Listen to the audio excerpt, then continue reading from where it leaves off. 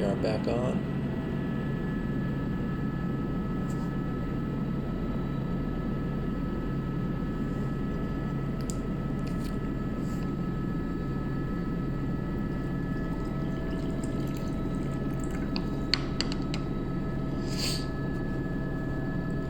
Talking about something. Can't remember what that was.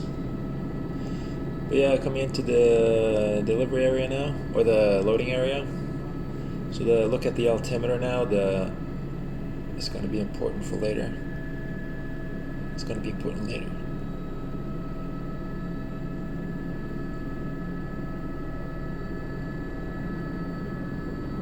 See, it's almost the same as the delivery area, which was 2,520 on the delivery, front left. So it's almost exactly the same as the delivery, the pickup and the delivery area.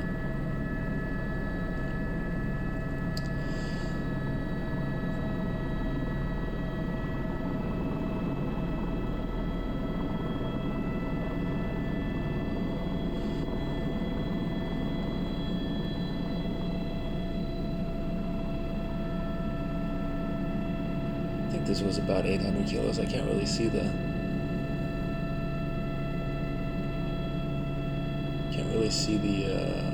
load indicator.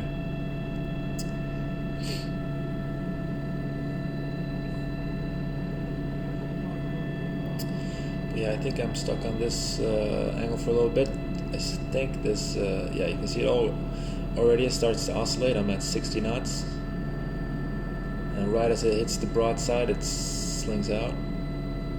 But this is heavier than the previous one, so it also wants to stay a little bit more stable. There's some good reference there in the little surface.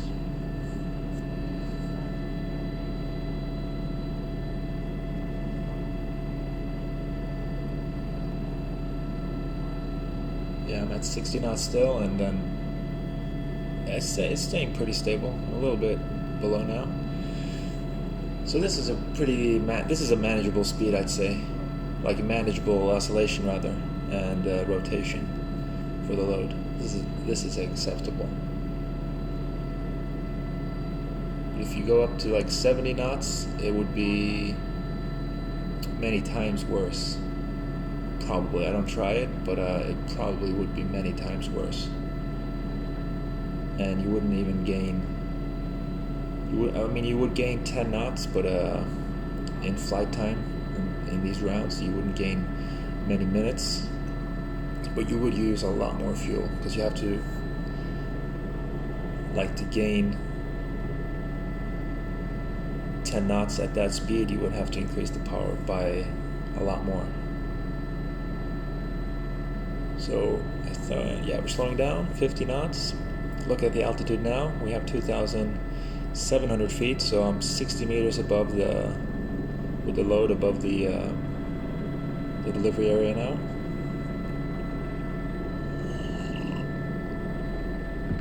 Okay, now we're at 30 meters above the delivery area. And we have a tailwind. As you see, the airspeed is dead. And I still choose to come in this way, so it's very, very light. Now we have 30 meters above the ground. So this is also a little bit steep, I'd say. I don't know what the fuck I'm doing with the cyclic there.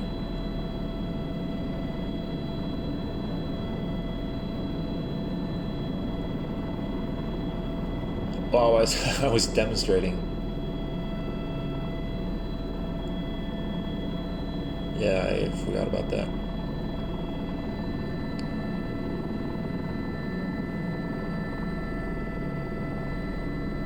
It's pretty smooth delivery. Now we got some return bags of tools or whatever coming back to the loading area. Yeah, my cyclic game is weak on this job here.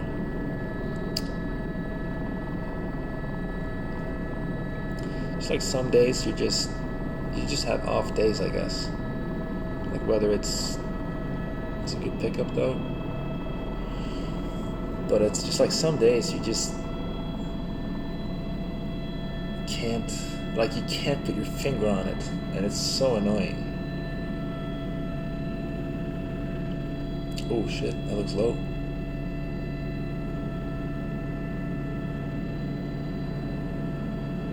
Yeah, that's super low.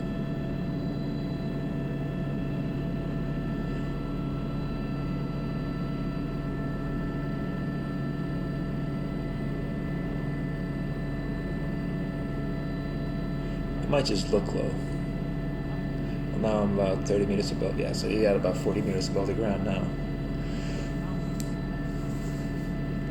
But as I say, yeah, some days you just, you can't put your finger on it, and you know what you're supposed to do. You know how to control the helicopter, but your body won't do what your mind or your brain knows what to do. And it's super annoying.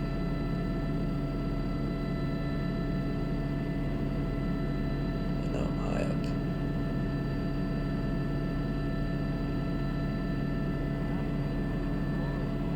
Yeah, that takeoff was a bit too low.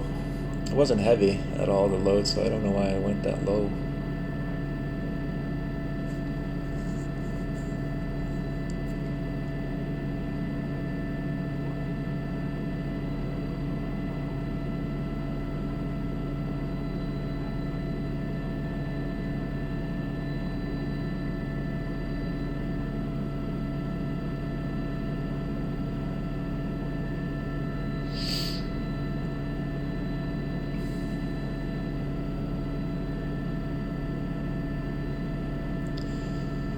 See the line here now. It's very, very stable. It's about, or it was, speed was about 70 knots.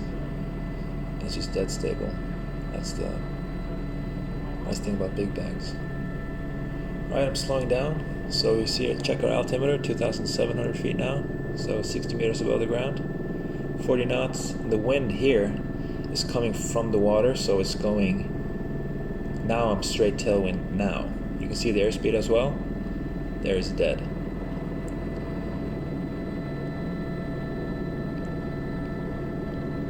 So there's a bit of a wind change from the delivery to the pickup.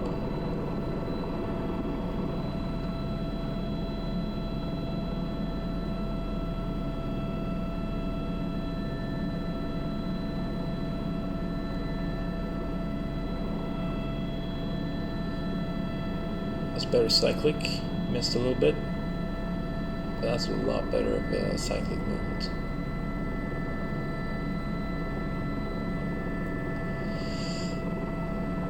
Yeah, I'm flying this bag here. This is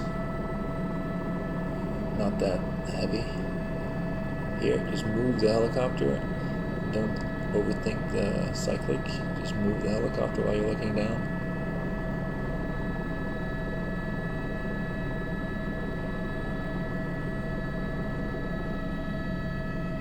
Yeah, it's very light, so I'm just hauling ass out of here.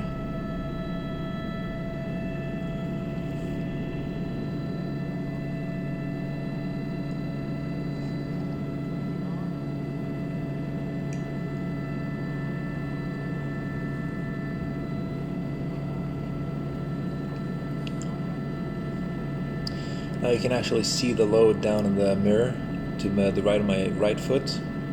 That little dot in the mirror, that's the bag, and you can see the airspeed 70 knots. It keeps it right in the middle of the mirror, so that's nice. There you can see the distance to the tail rotor, so it's nice and safe, even though like flying a descending approach, you can see it's pretty stable. I think it's filled with like concrete bags or something.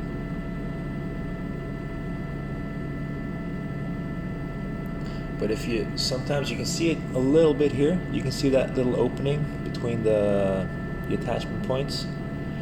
If the load is not heavy enough to tighten those openings together, it'll act just like a parachute. It'll open there, and then it'll just drag the whole thing back and drag it up towards the tail, and that's obviously not good at all.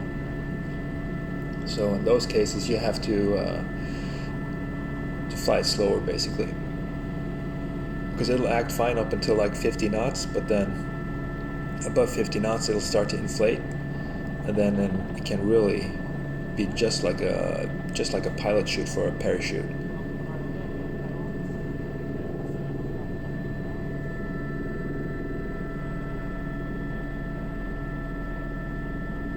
Alright, coming in with a left turn now, because I think the wind picked up a little bit.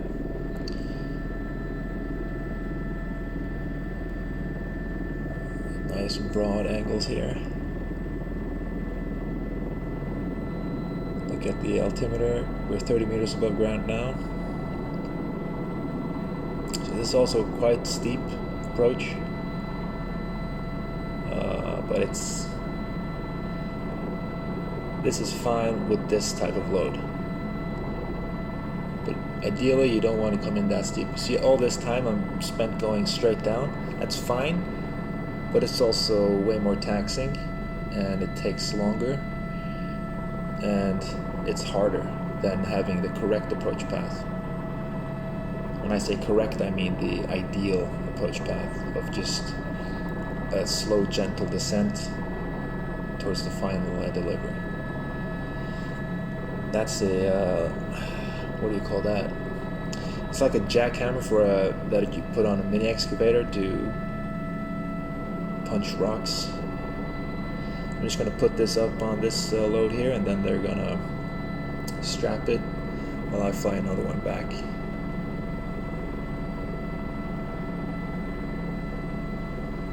And here, yeah, he grabs it, but moving back to the left here, you can see all those things sticking out. It's really hard to move back to the left, obviously, because you can see the leg is in the way, for one. So I have very little authority to the rear left if I have to move towards my blind spot. And also, obviously, it's your blind spot, so you can't see. So in those cases, it's better to turn around or basically just go around and come in again if you can't see the hook. But he was nice and grabbed it for me and walked it over to the next load. So that's nice.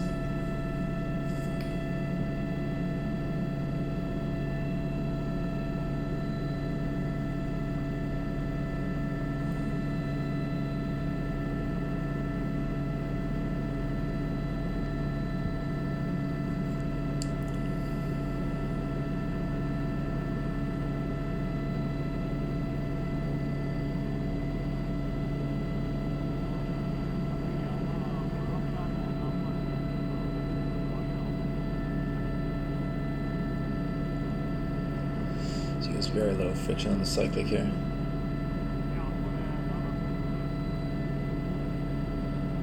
Normally I would put it so that if you let it go, it'll just stay, even if it's quite bumpy with turbulence. But here I don't know.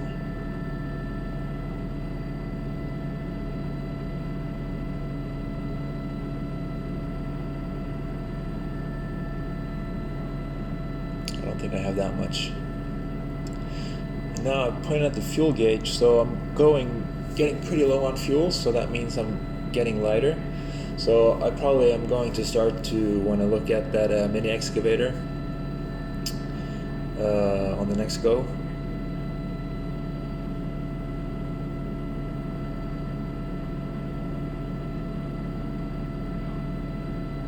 Because I have to be really low on fuel, because it's 1250 kilos, I'm told, before we start, and I have the floats, which are 60 kilos, so that's basically 1310 kilos. And 1300 kilos usually is going to be a battle, unless you have very favorable conditions. But it's quite a low pressure now, and it's very humid, as you can see. It's raining, so that's not good. And then you have very little wind. You have some wind, but it's just like a light breeze. And the best thing would be to have like maybe 20 knots, not 20, maybe 15 knots of steady wind. That's perfect if you're lifting heavy stuff.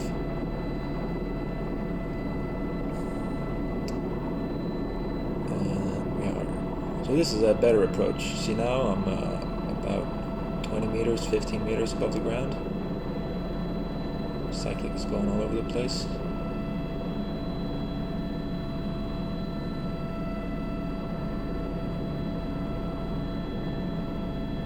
Wait for 90 degrees, and then I misjudged it. That was a hard fucking set down, that's bad. And I accept that.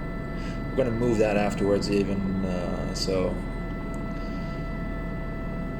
because the mini excavator is going on top of the trailer that is just, yeah, you can see the trailer now on the bottom of the screen. Mini excavator is going on top of that, and then we're going to put that box in front of it, but that's not in this video. And here you can see I'm 9.5 on the FLI. Or that top screen, that's basically 95% power, and it's 850 kilos.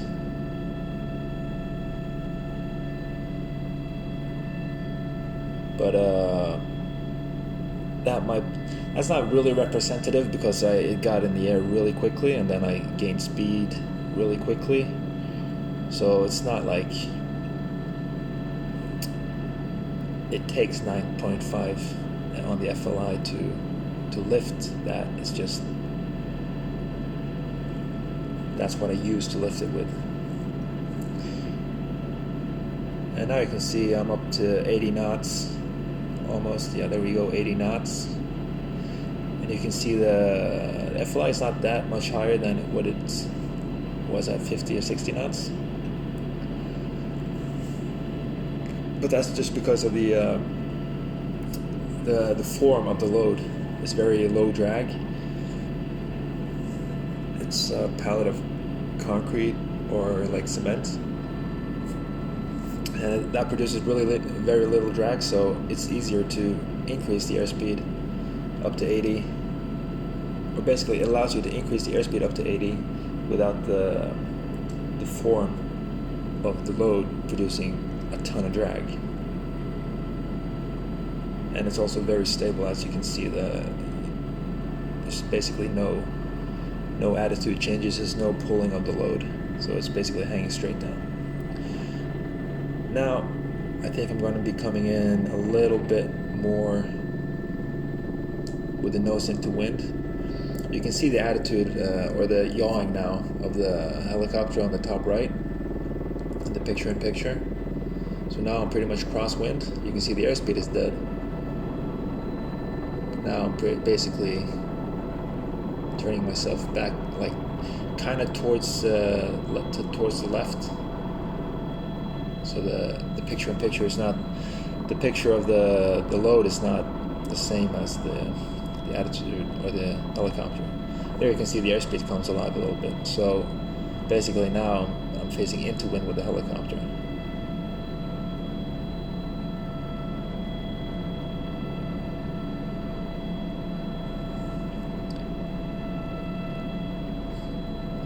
Thought they wanted it that way. Okay, so they wanted it the other way.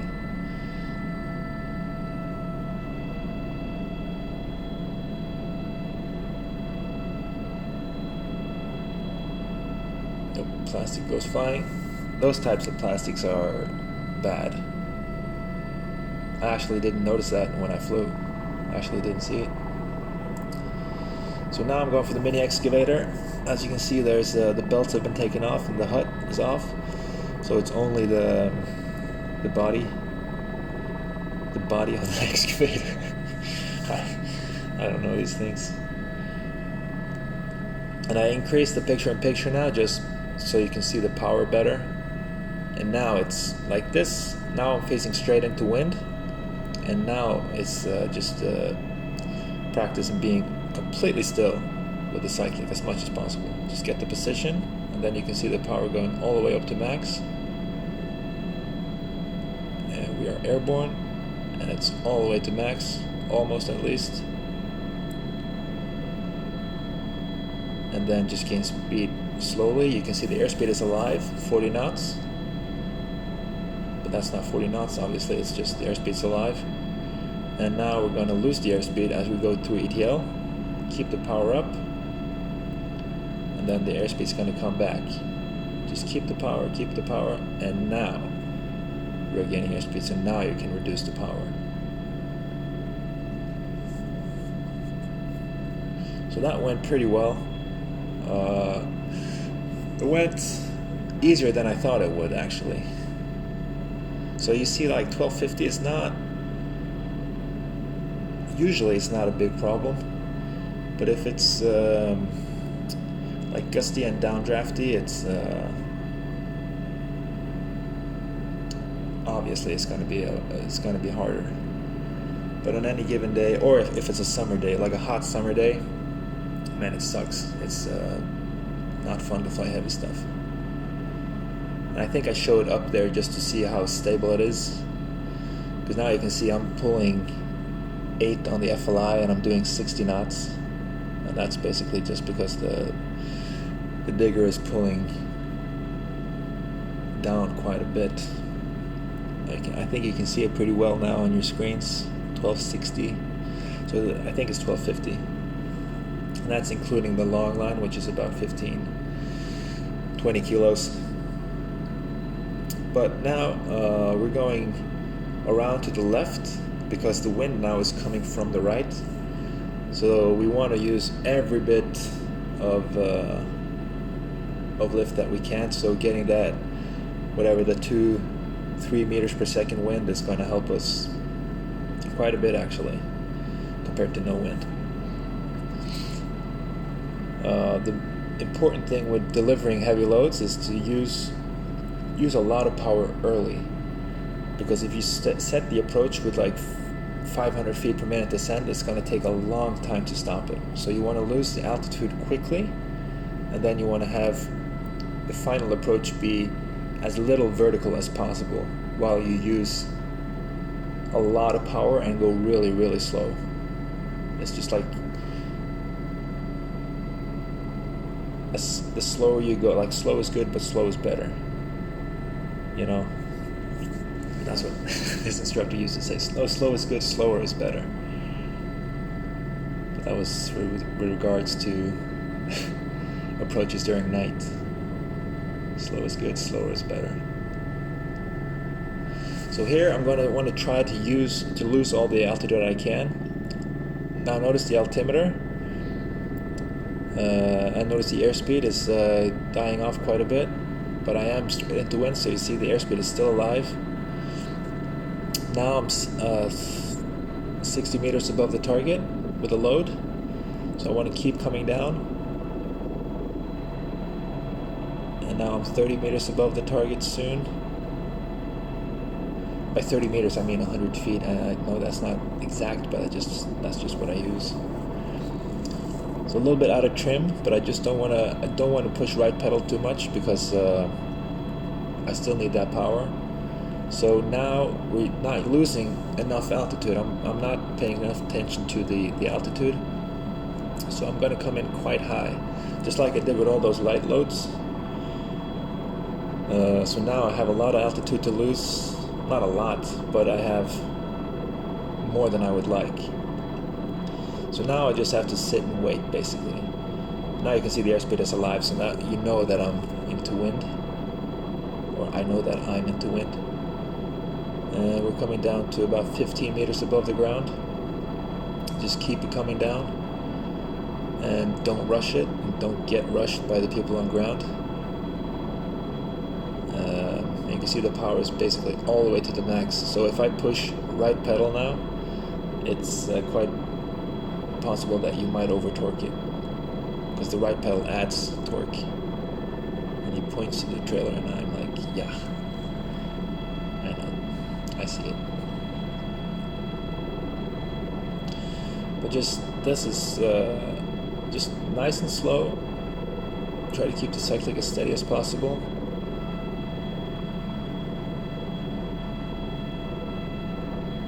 Of course, these little things start blowing all over the place.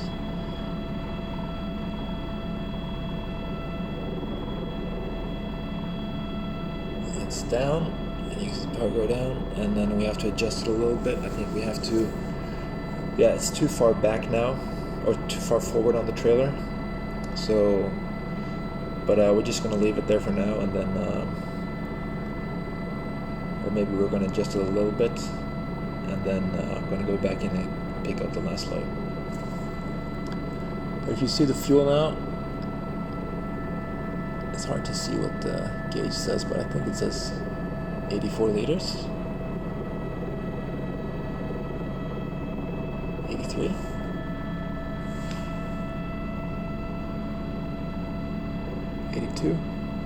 Yeah, you can see the fuel just like 81. So it goes down really quickly while using this much power. And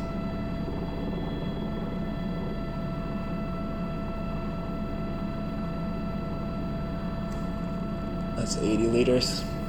Usually I like to land with like in the 70s. I'll go back to land with 80 liters, and that way I'll land with 70 in the 70s on the fuel.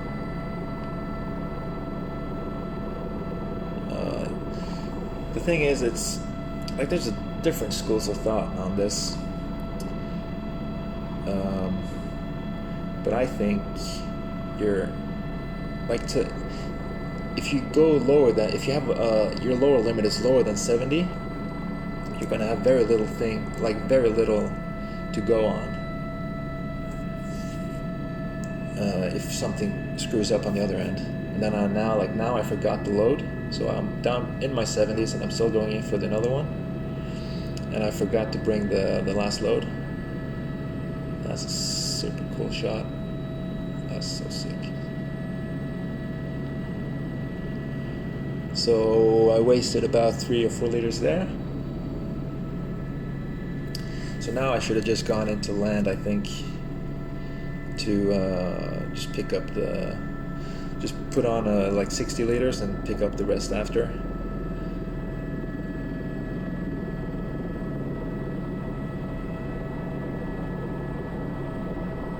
And hopefully this is a perfect delivery. And no, it's not. It's front right.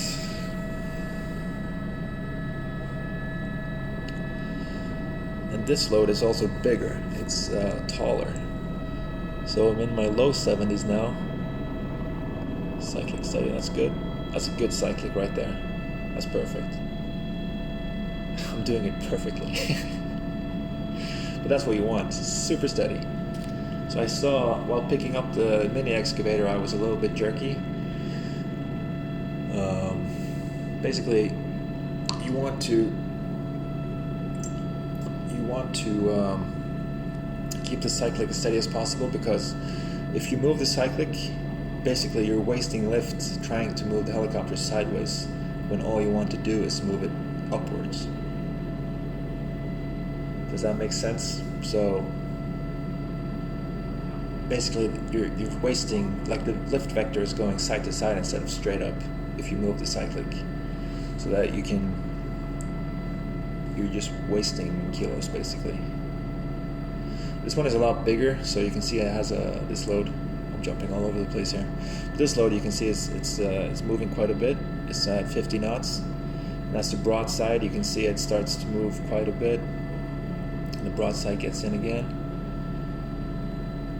It goes back. So now I'm getting pretty low on fuel, a lot lower than I'd like to be. But now I'm in a dumb position, because I already committed to going in with this load, and then I'm gonna bring another load back, so I'm gonna be in the 50s when I land, which is below when the light starts. I think the light starts at about 60 liters or 62 liters, the low fuel light. And when you have the low fuel light, in the flight manual it states that you have 15 minutes of flight left at max continuous power. So you have more time in the helicopter, but I don't like to dig into that. And then the camera cuts out. I don't like to dig into that because, or it's in the 66 liters now. So I don't like to dig into that because when stuff like this happens, this is exactly why you should why you should have these margins. Because it's a big load that you can't fly fast. It's quite long per lap. So if you have to fly slower, it's just gonna be even worse for you. And now it's easy to rush because you know you're low on fuel. So you might screw up in that way, so that might even take longer if you screw up the delivery. I think I cut in right before the delivery here. Let's see. It's like it's still jerking it around. Oh, here it comes.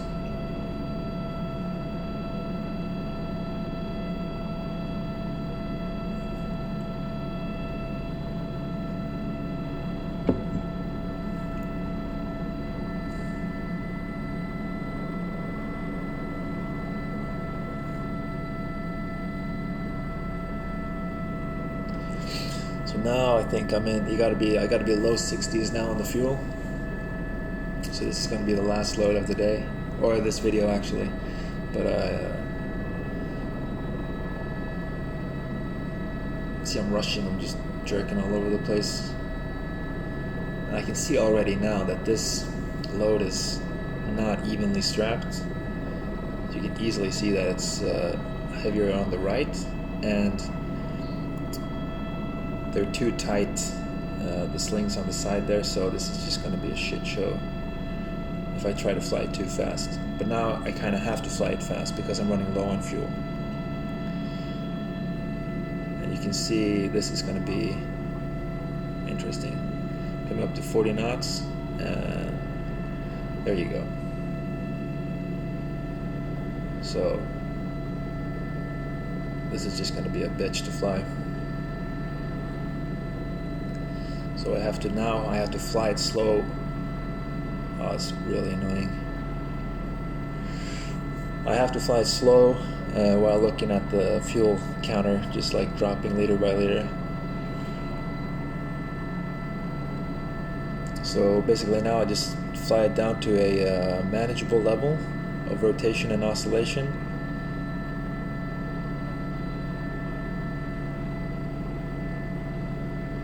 And I just have to live with that all the way in.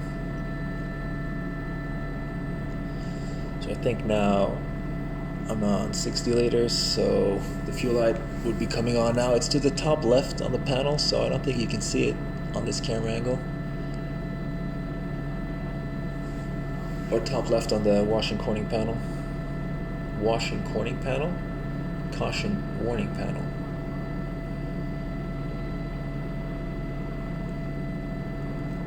That's just super. That was bad decision making on my part. I should have known, because I've done it. Like everybody's done it. They're like, oh, just one more, and then something screws up, and then you're in this bad situation where you have to fly this bullshit, and you can't really drop it. This is really bad. The thing is, like, there's no problem with the fuel. Like, I could have easily slowed it down a little bit, but I don't like to get into. Basically, I don't like to fly with any warning lights on. And nobody should, in my opinion. So I'm in the 50s now. I can see. Well, I gotta be in the 50s on the liters there. There you can see the low fuel in the top left there. Yeah, it's coming in and out because it's sloshing around a little bit, the fuel in the tank. There you can see it clearly. Not clearly, but it's up there.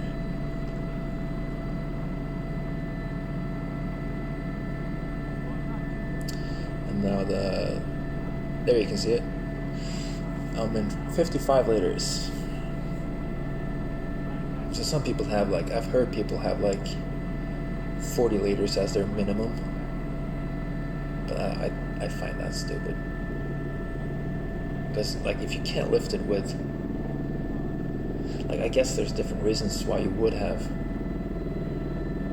lower limits, but like lifting capacity wise, you're not going to get much out of like 20 liters. 10 liters is, what is that? 126, 42.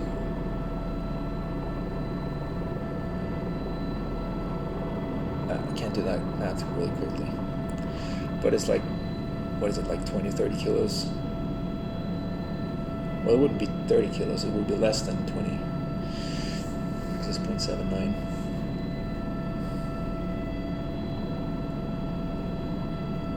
Just fucking jerking that stick around. There you can see the fuel is sloshing, so the fuel light goes in and out. And one of the things it says in the flight manual is to avoid abrupt maneuvers, because you might take the fuel away from the intake point for the engine, so you might starve the fuel or starve the engine of fuel. Obviously that's not a good thing. So if you're flying around with a light that doesn't allow you to fly in like heavy turbulence and stuff, I mean that's just stupid in my opinion. So that was a bit of a bad decision on my part. Still all good in the 50s. It's not, well, I don't think I would classify it as dangerous, but it's just, I think it's bad practice. And I would definitely keep an eye out for that next time.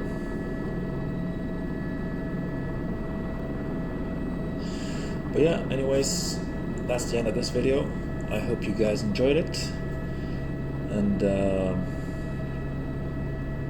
I will probably be making more of these. I have the first person view mounts coming in shortly from this colleague of mine. So that's going to be good to have those back. But let me know what you think about this angle here. I quite like it. But yeah, see ya.